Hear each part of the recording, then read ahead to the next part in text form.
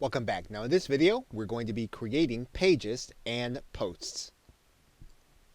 You are now looking at an article that has been written and formatted in Microsoft Word. And what we want to do now is we want to take that article that we've written and we want to place it or post it inside of our WordPress site. Now you can actually do the writing ahead of time in Microsoft Word or your favorite word processing software, and then you'll have a document that looks something like this. Now what we need to do before we start moving this content over to WordPress, we want to take out all of the code that might be in it. And the way that we do that is we're going to move all of this into a text document first. And all we'll need to do is we'll need to select all. We'll Control-C and copy it, and then we will cut and paste this content into a text document. So now we have our content into a text document.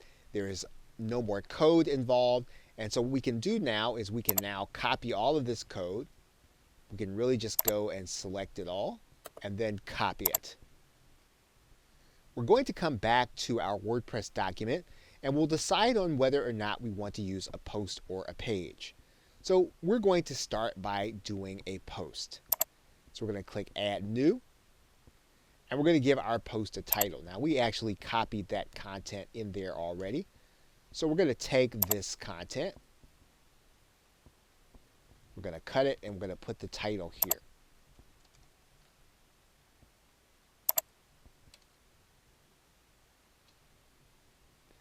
Now the WordPress editor works for the most part like any other editor.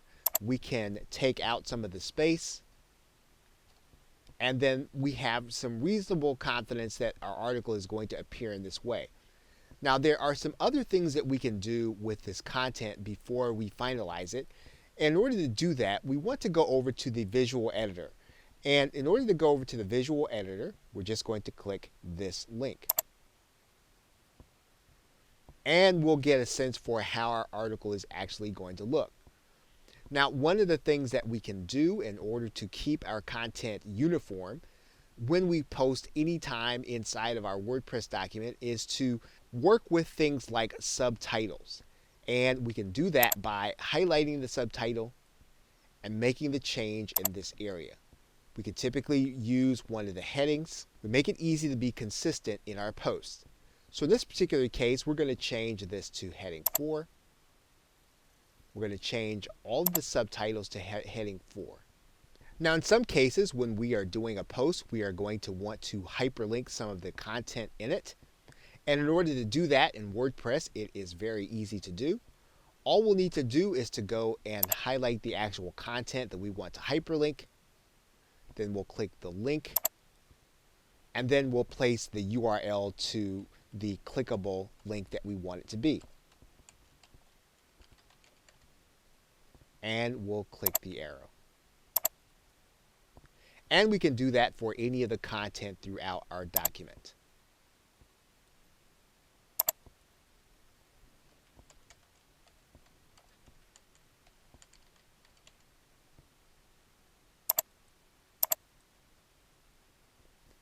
Now, one other important thing that we can do with this content is that we can actually place an image inside of the text.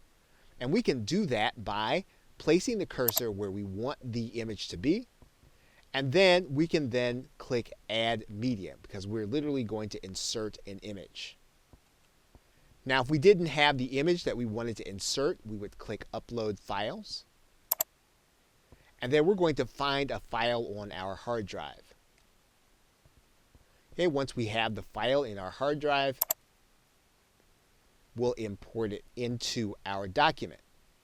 And what you're going to notice is that this photo doesn't quite look the way we would want it to look. And so we can actually go in and change some of these settings. And we can do so that our text will actually align with our image. And we can actually have it align to the left. And we can update it. And then our text will wrap around that image as well as the title. And then once we have completed the post, all we would have to do is click Publish. Once we've done that, then we can actually go and review our post, and our content is in place along with our widgets. Now, one of the things that you'll notice is that this post was placed in our Team Victory category. Now, what we can do is when we start to come up with new posts and new categories for our team, we can actually then start to place new information here. And we can create a new category by writing it in actually inside of our post. So we can create a category that's called Events, and then all we'll need to do is to click Add New Category. Once we do that, then we can take this out, and then we're going to click Update for our post.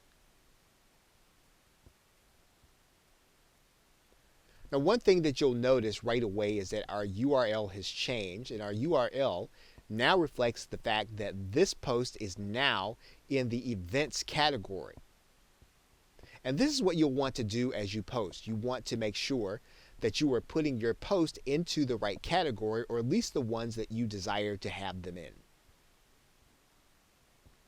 Okay, so with that, thanks, and I will see you in another video.